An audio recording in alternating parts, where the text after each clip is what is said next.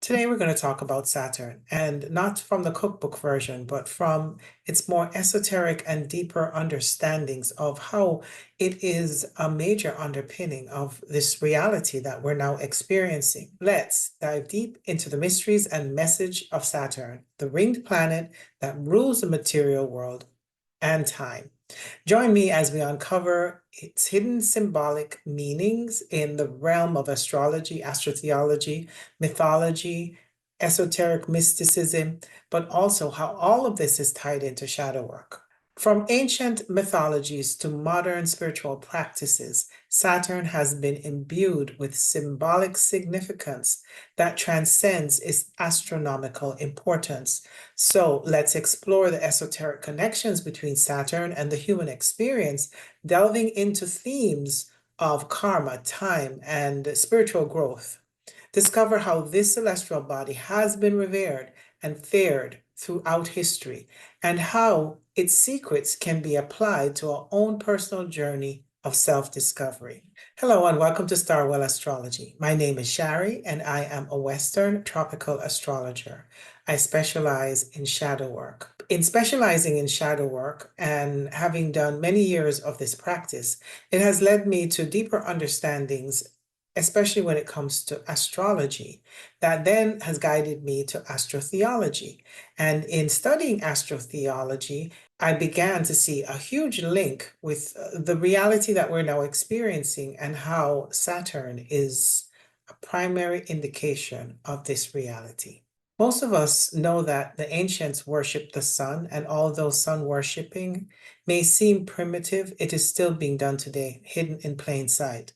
This is because sun worshiping has deep roots.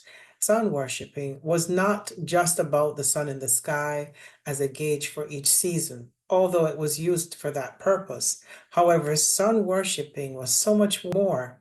And in astrotheology, much of the Bible has many encoded messages about the sun and about sun worshiping. Saturn holds the key to this knowledge, and the ancients knew what sun worshiping really meant. Believe it or not, we are still practicing sun worshiping even today. Most of us are unaware that we worship on a Sunday because this is the day of the sun, which is also the Son, S-O-N, called Jesus Christ. Now, Saturday worship is centered around Saturn. Whether churchgoers are aware of this or not, Saturn rules Saturday, and worshiping on a Saturday is related to Saturn, the night sun. I'm not saying that there's anything wrong with any of this, but most of us are unaware of what we're doing, and we never bother to ask, what does this really mean? The sun is the benevolent God of the New Testament in the Bible and is linked to Jesus, who is the Son of God. And in astrotheology, this is Jupiter, and in mythology, this is Zeus. Now, Saturn is highly regarded in astrology for his powerful influence on this material world, since he is the father of our very existence.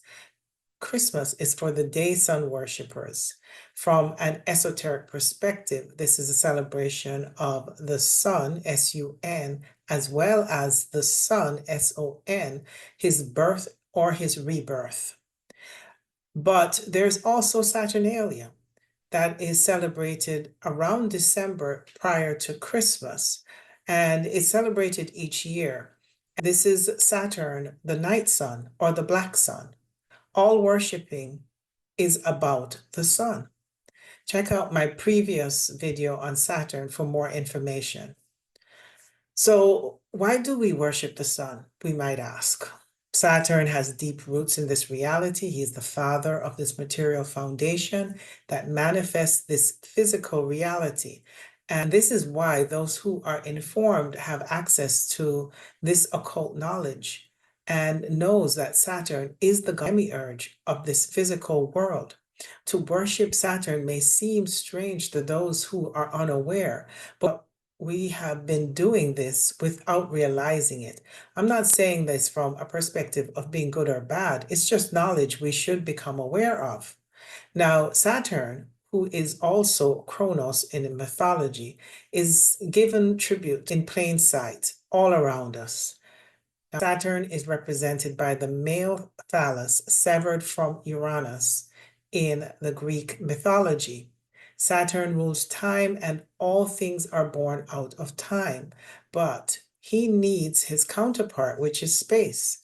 Symbolically, this is the male phallus that pierces the sky to create this material reality. In mythology, space is represented by Rhea, his sister. Time and space manifest our material world.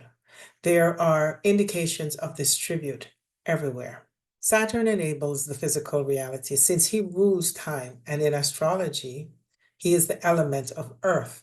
Saturn rules our universal principles, and one of these principles is the principle of gender. Gender is in everything. Everything has its masculine and feminine principles. These unions require the principle of polarity. Everything has a pair of opposites. Now, time impregnates space. So from the oneness or dark light, which is Saturn, the dual opposite space is essential. The oneness must reflect itself to have a polar opposite in order to create. From the monad, we now have the dyad. In this world of polarities, Saturn in astrology is a malefic planet that can deny, delay, or restrict us, but will also reward us if we know and acknowledge his laws. Saturn rules the laws here on Earth on a mundane level, but Saturn also rules the universal principles, which are the seven hermetic laws of the universe. These universal laws are also spiritual principles that are a useful entry point to evolve alchemically at a soul level. These are immutable laws that are useful for the soul's evolutionary journey. The first principle, the all is mind, the universe is mental, opens the door for higher realizations. The all is mind, the universe is mental, is the most powerful realization. If we really know that this is all a mental construct that appears to be real, then we know that our physical reality is dependent on us.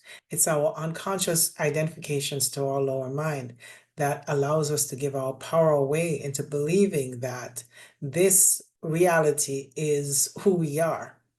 And therefore, we stay trapped or fixed in our limited beliefs. And shadow work, when done at its deepest level, can give us access to a higher mental awareness. Now, we cannot exist without our mind, so there is no way to deny the mind. We need our mental faculties to operate in this reality, but we can transcend its unconscious control over us by becoming aware and present to what we're thinking and feeling. We can become the observer of ourselves, and to do this, we must be aware and conscious of what we're thinking and feeling in each moment. A deeper truth is that this mental creation is of our own making through our own projections. All things are us because all things in this reality is a reflection of our own personal reality and how we're perceiving it.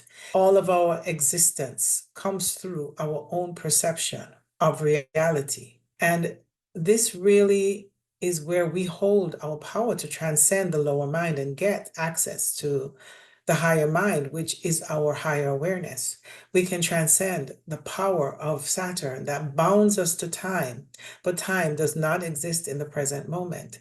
And this is how we overcome Saturn, by staying present to each moment. The now moment does not need time. It is ever present.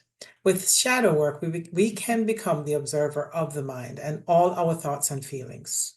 We become more aware and conscious of our mental noise.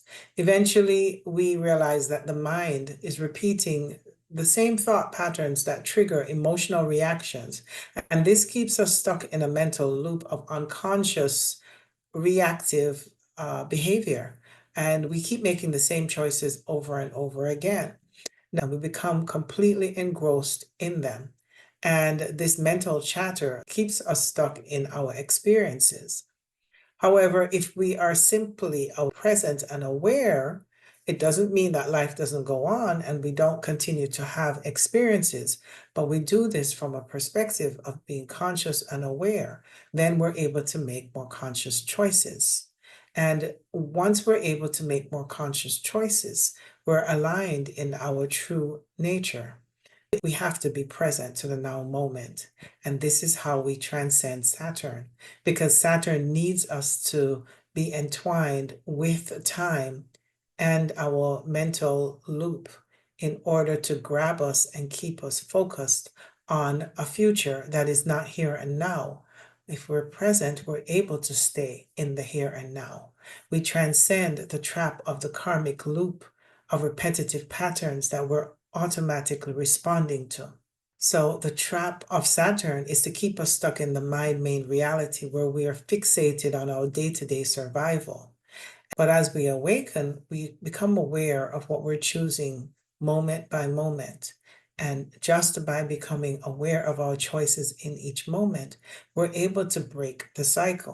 Saturn, who is also Kronos, castrated Uranus, the awakener. And Uranus helps us to break through our unconscious cycles of obeying our programming. And this is why Saturn has so much power over us, because he has taken away the kingdom from Uranus and have kept us entombed in our Saturnian world of time.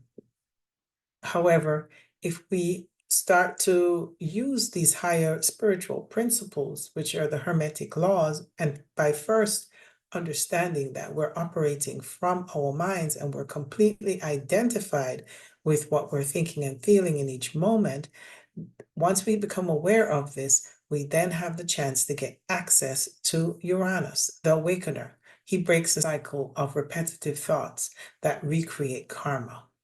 Once we awaken and we become aware of who we are at a soul level, Saturn must release his grasp on our soul. However, we need to be persistent because Saturn's grasp is strong. We must transcend time to be free of Saturn. With enough persistent effort, we will get our breakthrough. We'll become more conscious of how obedient we have been to this material God of this world. And we start to wake up and realize that we are honoring something material instead of knowing our own spiritual dynamics, which is where our true self resides. Although the body is still bound in time and under the influence of Saturn, there's a path back to our true nature at a soul level. We can transcend the identifications we feel to our lower mind through the practice of shadow work, which is, in my opinion, the most practical tool for accessing higher awareness. The soul gets to flourish and overcome its bondage to the body-mind identity, and we discover our authentic self instead of repeating the karmic loop. So let's get a more in-depth understanding of Saturn, since he is the foundation of this material reality.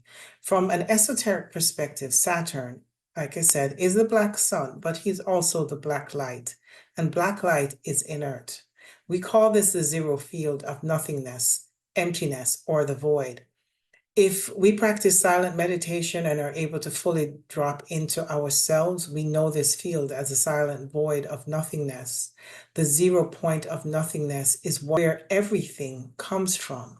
It is the pure potential of all things.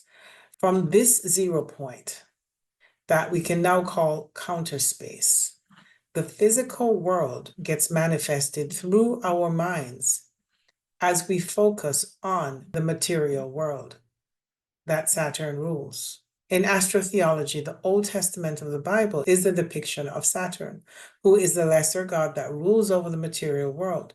He is a stern, demanding authority father figure who expects to be worshipped. Unless we give tribute to him, we will not prosper or receive his rewards, which can be material, but also spiritual. He requires that we follow his laws. Saturn laws are moral and spiritual. On a mundane level, Saturn rules regulations and corporate structures, such as the religious organizations where we go to worship in subservience to God. The laws are not about good or bad, they're actually neutral. But in order to manifest the highest potential of this material world, we must obey the immutable universal laws, which are the spiritual laws, and the 10 commandments, which are the mundane moral laws of this world. So let's go a bit deeper into understanding Saturn's underpinning in this world of form. We have established that Saturn is the black light or counter space, which is inert and needs its consort or feminine counterpart, Rhea, or space, to manifest reality. So in esoteric mysticism, the sun's light is represented by Mary, or the magnetic mother. There are many pictures of Mary with the sun behind her to symbolize the sun's rays as the magnetic field from which reality manifests. Because the white light of the sun is active, unlike the black light, which is inert. This is the yin and yang. The sunlight is magnetic feminine energy and likened to Rhea, who is space, and is actively illuminating this reality. We call this illumination spirit, or in Christianity, this is the Holy Spirit. Spirit is the animator of this reality through the Son called Christ, which is Christ consciousness. Consciousness is a byproduct of the active union between the yin and yang. The sun, the dark light, and the white light merge, creating the Christ or Christ consciousness. So in Christianity, we have the Father, Joseph, the Mother or Holy Spirit or Mary, and the Son, Jesus, who is referred to as Christ. In the religious story, Jesus is regarded as the Son of God, who is born from Mary and Joseph. So the third element is born from the union between the polarizing oppositions of the masculine and feminine energy. So Jesus Christ, who is said to be the Son of God, symbolically represents the conscious expression of this white light that is animated into a physical body. We experience this reality through the expression of this white light, which is spirit, to create our personal world of form. This reality comes through the perception of white light and gets refracted through the cornea in our physical eyes. And the lens of the eyes work with the cornea to focus the white light into the 7 visible colors. The reality we perceive is limited to these 7 visible colors, ranging from red to violet. Now, the white light is magnetism, and the 7 visible colors is the electric energy. And this reality is an electromagnetic reality. Also, an atom replicates the same dynamic with the neutron at the center of the atom that is neutral. But in order for the atom to express itself, it must polarize itself, resulting in oppositions, which are the positively charged proton, which is masculine, and the negatively charged electron, which is feminine. The atom carries an electric charge, and when combined with the radiating motion of the white light called magnetism, we get the electromagnetic universe. Now, I'm not speaking of God, the absolute oneness of everything, or what we might call the ultimate source of all things. I'm speaking of this dimension called the earthly realm, where Saturn is the demiurge or lesser god in rulership. And the material world is the result of these unions. All things of this material world, including us as human beings, are now born in an organic body that comes through this divine union between the masculine and feminine energies. In astrotheology, Jesus is an archetype, but this does not take away the possibility of a historical man named Yeshua or Jesus. However, to know deeper truths, literal interpretations fall short. The symbolic archetypes of the Bible are much like the allegorical stories of mythology. They always hold a deeper truth than the literal story. To look deeper than the literal understandings allow us to see a broader perspective, and we attain gnosis. With a more introspective perspective, we shift from believing to knowing. Gnosis means knowledge. So in esoteric mysticism, there's this quantum shift from the surface level information to deeper inner resonance of just knowing truth with a capital T. The sun in esoteric mysticism and astrotheology represents consciousness, and consciousness illuminates the mind to allow us to perceive reality. However, this same consciousness can be raised to the level of Christ consciousness, depending on how willing we are to do the shadow work on alchemizing the lead of Saturn into the gold of spirit. So where does shadow work fit in? The more we get to know thyself authentically through shadow work, the more the universal principles will unfold and align us in our true nature. Become more conscious and aware and authentic because the soul is aligned with the true personality. And from a broader perspective, we begin to see beneath the surface to recognize the false self. Likewise, we start to see beneath the surface of our reality. One reveals the other because all things are a projection of you. In this way, we start to connect the dots. So thank you for joining me, and I hope you'll consider liking and subscribing if you've enjoyed this content. Again, I offer natal chart readings and one-on-one shadow work. My information is below. And again, don't forget to like and subscribe. It helps my channel to grow. Thank you and goodbye.